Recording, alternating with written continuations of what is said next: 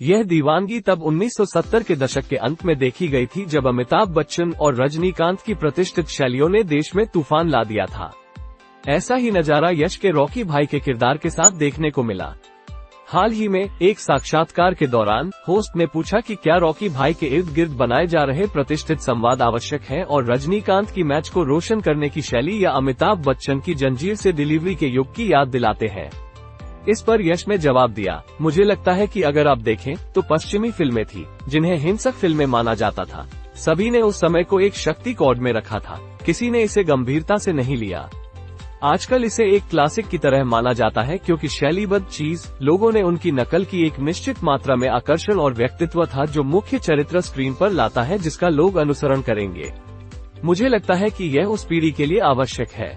हम एक तरह के स्टाइल आइकन या कुछ चीजों के राजदूत बन जाते हैं। आपको उन चीजों के लिए अभिनेताओं की आवश्यकता होती है और जब लोग उनके साथ जुड़ते हैं, अगर वे शैली या व्यक्तित्व के कारण किसी व्यक्ति से जुड़ते हैं, तो यह कुछ ऐसा है जो वे अपने जीवन में करते हैं। व्यक्तिगत, वे इसे पहनते हैं। इसलिए यह महत्वपूर्ण है, जब आप स्क्रीन पर आते हैं तो आपको अपनी व्यक्तित्व।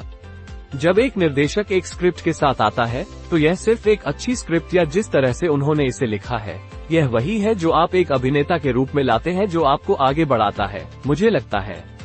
इसके अलावा वास्तव में यश की कहानी कुछ ऐसी है जिसमें एक है स्पष्ट कनेक्शन दर्शकों के साथ। चूंकि उनकी जड़ें एक विनम्र मध्यम वर्गीय परिवार से आती हैं, जहां उनके पिता एक बस चालक के रूप में काम करते थे, यश की कहानी अमीर से अमीर तक कुछ ऐसी है जो उन्हें राष्ट्र के लिए प्रेरणा बनाती है। यश देश का चहेता बन गया है और निस्संदेह KGF 2 की जबरदस्त सफलता का एक प्रमुख कारण है।